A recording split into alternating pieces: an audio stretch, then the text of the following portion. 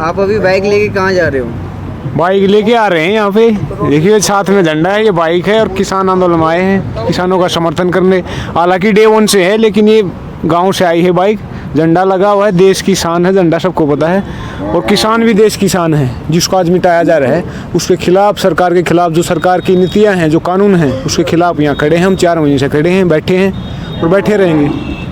अभी जो खबरें आ रही हैं लॉकडाउन को लेके, कर्फ्यू को लेके, आप किस तरह से देखते हो? अगर लॉकडाउन यहाँ लगता है तो फिर हम आंदोलन कैसे चलाओगे? इस देश में लॉकडाउन खुला कब था? लॉकडाउन खुला कब था, अभी बता दो ना आप।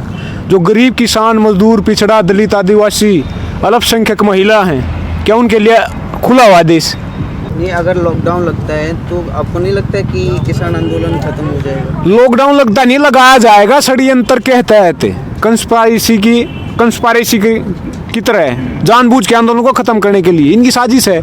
आप देख लो ना क्रोनोलॉजी, क्या क्या नहीं बोला किसान को। हरियाणा का आंदोलन है, पंजाब का आंदोलन है, आतंकवादी खालिस्तानी है, आंदोलनजीवी हैं, समझ रहे हो ना बात को। लेकिन अब मनसा इनकी कामयाबी मिली क्या? अब ये इसको बहाना ढूंढा इन्होंने।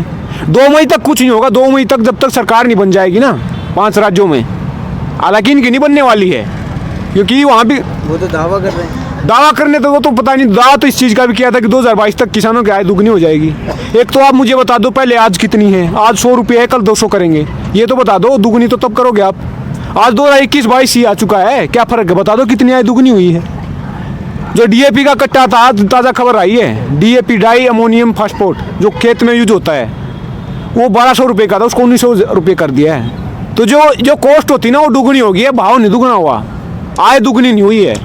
ये ज़मीनें बिक रही हैं, वो 12-13 हज़ार सुसाइड कर रहे हैं। अगर आय दुगनी होती, 1.5 गुना भी होती, तो सुसाइड क्यों करते? और ये तो मैं हरियाणा पंजाब की बात कर रहा हूँ, ये तो सबसे विकसित इलाका ही देश का।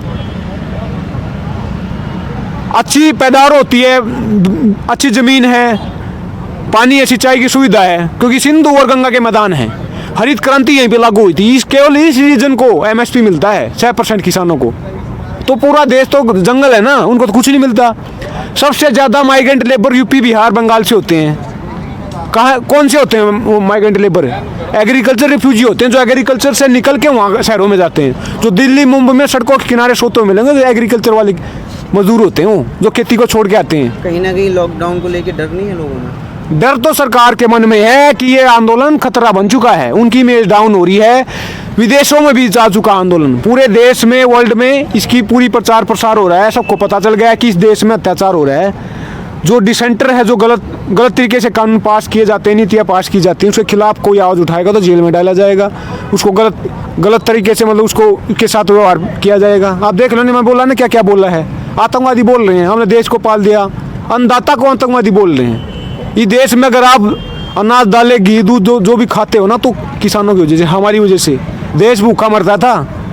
जो हरित क्रांति की वजह से जो बफर स्टॉक के जो 9 महीना 40 मिलियन टन के, वो दुगुना हो चुके हैं हमारी वजह से, और हमें आतंकवादी बोल रहे हैं। तो ये सरकारी वायरस है, सरकारी बीमारियां हैं, और सरकारी ही ये कानून है। वो उसे रोकने के लिए ही तो लॉकडाउन लगा रहे हैं।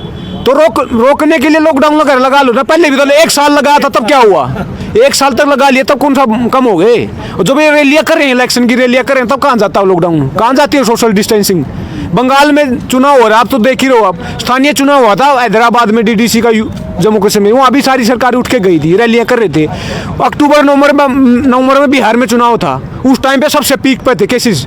1.5-2 लाख आते थे दिल्ली के केस, सबसे ज़्यादा आते थे उस टाइम पे रैलियाँ कर रहे थे। ये सबसे ज़्यादा खतरा तब था, डेंजरस था वायरस उस टाइम पे, अकॉर्डिंग टू दैम। हम तो मानते ही नहीं है कि नहीं, ये उस टाइम पे बता रहा हूँ मैं। तो कहाँ ये कोरोना में बता दिया ना, कोरोना तो बहाना है, देश को लूटना है, और लूट रहे हैं धीरे धीरे। इमरजेंसी 4 महीने से ज़्यादा हो गए किसानों को बॉर्डरों पे बैठे हुए, लेकिन अभी तक कोई समाधान नहीं मिल रहा। समाधान निकलेगा, क्योंकि कबीरदास जी ने कहा था कि धीरे धीरे रे मना, धीरे सब कुछ होए। माली सींचे सो घड़ा, ऋतु आए फल होए। टाइम आने पे फल होता, चाहे एक पेड़ को आप पूरी नदी पानी की पिला दो। अब टाइम आने वाला है, 1.5 साल के लिए बोला था ना, अब ये 1.5 साल के लिए हमेशा के लिए लेके जाएंगे इसको, और लेना पड़ेगा। एक कानून एमएसपी पे बनाना पड़ेगा, केवल 6% किसानों को नहीं मिलेगा, ये पूरे देश को मिलना चाहिए। कम से कम रोटी मिलेगी उसको, कम से कम बोल रहा हूँ मैं। समाधान है एमएसपी भी नहीं है, क्योंकि एमएसपी होने के बावजूद सुसाइडें हो रही हैं। समझ रहे हो ना। तो खेती को मुनाफे का सौदा बनाना पड़ेगा कि रोटी का व्यापार नहीं हो सकता, बिजनेस नहीं हो सकता। रोटी की जगह पेट में होती है, तो रोटी की जगह की जगह जहाँ होती है उसको वहीं रहने दो, व्यापार मत बनाओ।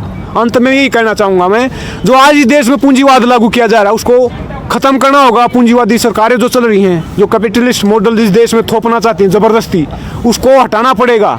अब सांप की पूंछ काटने से कुछ नहीं होगा, अब सांप को मारना पड़ेगा। इस देश में समाजवाद की जरूरत है। समाजवाद गरीब किसान की बात करता है, मजदूर की बात करता है। समाजवाद की भगत सिंह ने बात की थी, तो भगत सिंह ने कहा था कि लिख रहा हूँ अंजाम जिसका कल आ जाएगा, मेरे खून का एक कतरा इनकलाब लाएगा। इनकलाब जिंदाबाद, इनकलाब जिंदाबाद। जय हिंद, जय भारत।